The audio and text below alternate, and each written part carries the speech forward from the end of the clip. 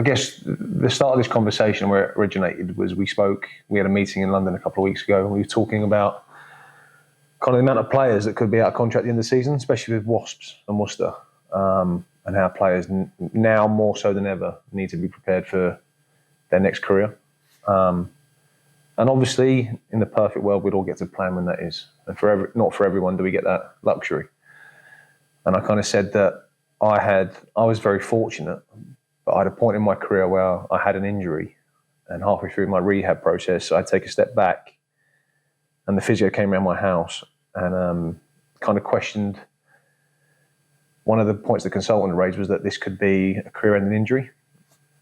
And the diagnosis at the time, I remember sitting in the living room with my wife and the physio, and when he said, yeah, this could be a career-ending injury, kind of that sinking feeling of, right, okay, I've got a mortgage, I've got two young children, I've got a wife to support, and I might not have an income. I'm not ready for my next career. And that almost that feeling in the pit of your stomach of never wanting that to fall onto another player.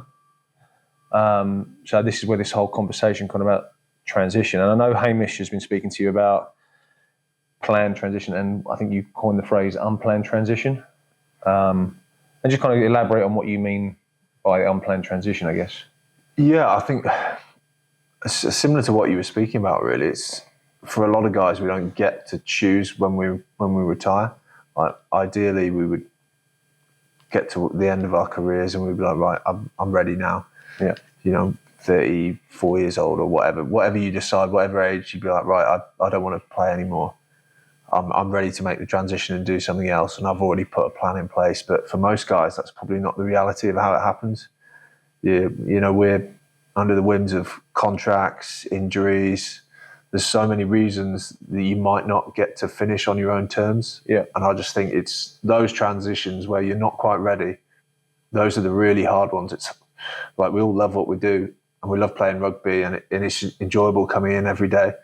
So if you have a planned transition, I think even that can be hard because it's a complete lifestyle change. But if you're not ready for it and it sort of takes you out of the blue, that's twice as hard.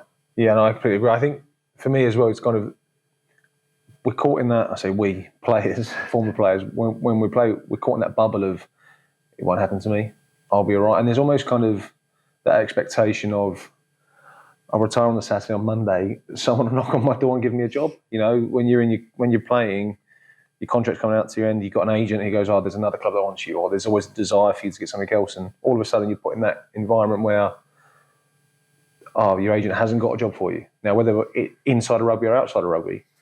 And I guess it's kind of, how would you, I guess, being a player and a senior player on the team, speak to younger players and tell them that this happens to everyone and anyone? You're not exempt from it because you're playing rugby at the moment and you're fit and healthy. You've got a game on Saturday, and obviously touch wood, it doesn't happen, but it could happen on Saturday. How do you get that message across to the players where it actually sinks in and it actually resonates with them? I think a lot of it is having those conversations and just saying it's all right to prepare for something else. So I think sometimes we get in the mentality of, I'm a rugby player, I have to give everything every day to being a rugby player. But actually we have time away from the club that it's actually beneficial to spend doing other things and preparing yourself a little bit just by doing that. Because I think we can get sort of blinkers on and just focusing everything on rugby, whereas it's probably not beneficial for you. And then if you spend your whole career just doing that, it can be a massive shock when you find yourself in that situation where you don't have anything else. Like, we don't want to find ourselves in a position, obviously, where we don't have another rugby contract, but it can happen, and sometimes it's not in your control. And the more you can prepare to face these things, the easier it is. Yeah, and I think you've hit the nail on the head. I think that whilst you're playing, you're in a very beneficial position that, even though we joke about it, you do have a lot of spare time, a lot of downtime to do other things. And when it kind of, another point that hit me was, I remember, I think, listening to Hugo Monnier on BT Sport, and it was something so easy, something so obvious, but it just didn't hit me until he delivered the message. He said that you spend more of your time as an ex-professional than you do as a professional. And it's got, again, it's such an obvious thing to say, but when you're in that bubble, it doesn't really resonate with you. So you have this time and now in your career where, fortunate to be earning a decent enough salary? Are you fortunate enough to have a few hours sparing every day, a day off in the week where you can be doing other things to prepare yourself for what will be, I guess, in terms of duration, your main career? Because we're not footballers. I keep saying we are retired. You're not a professional footballer. You haven't got necessarily the money to retire on the spot and retire for good. You're going to have another job, and I guess it's about how do we get that message across to the players. But I noticed that you've got your degree in physics. You've done your masters in business and leadership, both while you're playing, before you were playing. So my first degree was before I was playing professionally. So I'm sort of quite lucky, really, and I'm one of the group of players, which is kind of a slightly more common thing these days, to go to university before you start playing. There's a lot more of the academy guys now who are sort of doing that dual career thing of going to university and getting a qualification whilst they're training.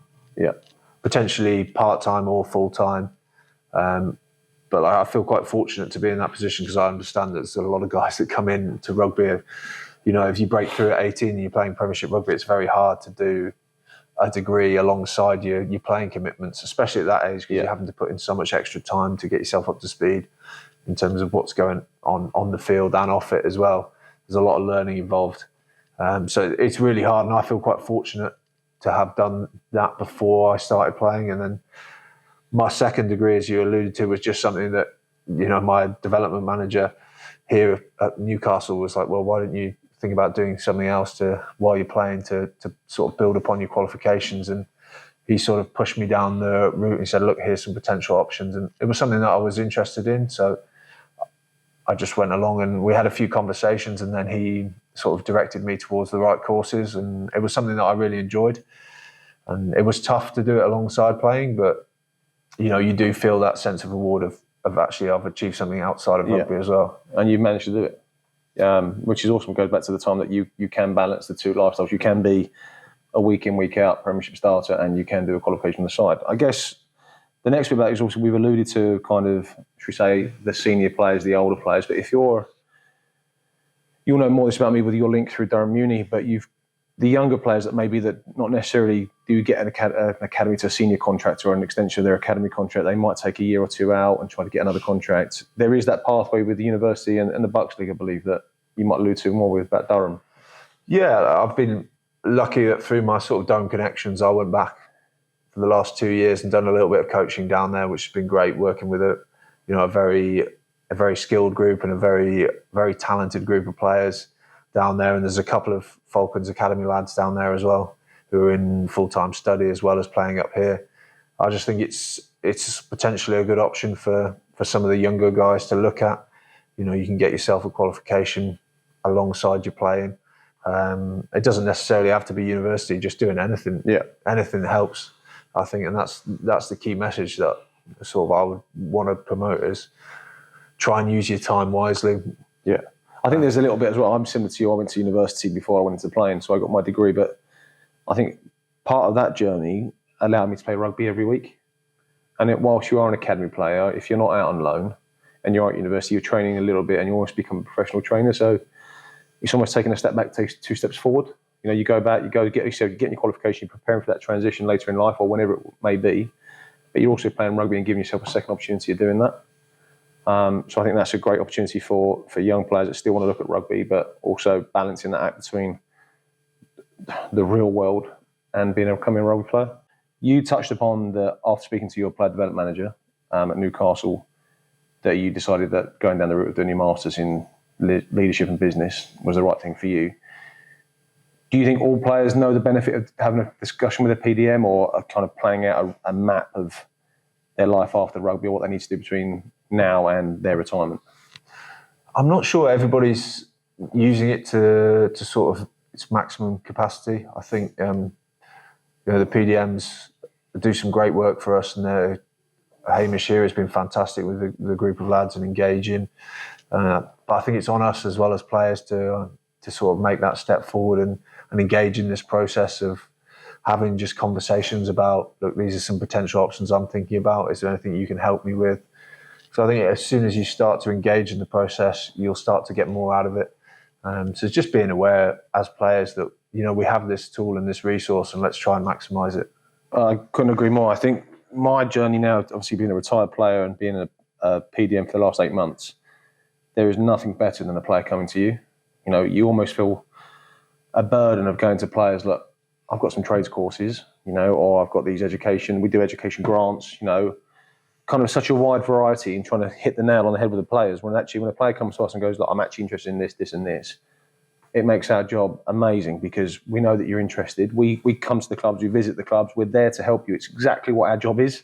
We want to help players improve off the pitch, their lifestyle, and ultimately we feel that if your life is sorted out